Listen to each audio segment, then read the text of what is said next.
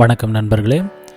MS பெயிண்ட்டை டைரெக்டாக MS வேர்டுக்குள்ளே இருந்தே எப்படி யூஸ் பண்ணுறது அப்படிங்கிறத இந்த வீடியோவில் நீங்கள் பார்க்கலாம். ஸோ அதுக்கு நீங்கள் என்ன செய்யணும் அப்படின்னாக்கா, இன்சர்ட் வந்துருங்க.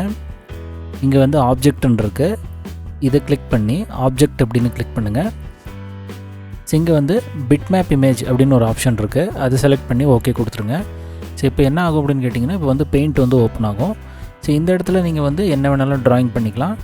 ஸோ இந்த விண்டோ பெருசாக்கணும் அப்படின்னாக்கா, நீங்கள் இந்த டாட் கிட்ட வந்தீங்கன்னா இந்த டபுள் ஹெடட் ஏரோ வருது. ஸோ இதை இன்க்ரீஸ் பண்ணி அந்த ஒர்க் ஸ்பேஸை இன்க்ரீஸ் பண்ணிக்கிட்டு அதுக்கப்புறம் ட்ராயிங் பண்ணிவிட்டு இதுக்கு அடுத்தது நீங்கள் இதை க்ளோஸ் பண்ணிங்கன்னா இது வேர்டுக்குள்ளே டைரெக்டாகவே வந்துடும். ஸோ இது செப்பரேட் ஃபைலாக நீங்கள் சேவ் பண்ண வேண்டிய அவசியம் கிடையாது. மறுபடியும் இதை எடிட் பண்ணணும் அப்படின்னு நினச்சிங்கன்னா, இது மேலேயே ரைட் கிளிக் பண்ணிவிட்டு இதில் பிட்மேப் இமேஜ் ஆப்ஜெக்ட்னு இருக்குது, மறுபடியும் எடிட் அப்படின்னு கொடுத்தீங்கன்னா ஒன்ஸ் அகெயின் பெயிண்டில் ஓப்பன் ஆகும். ஸோ திரும்பவும் நீங்கள் இதை சேஞ்சஸ் பண்ணிவிட்டு ஒன்ஸ் அகெயின் நீங்கள் இதை க்ளோஸ் பண்ணிக்கலாம்.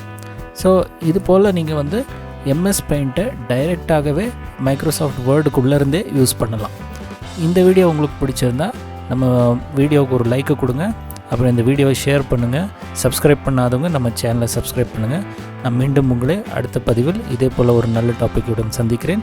அது வரைக்கும் நன்றி, வணக்கம்.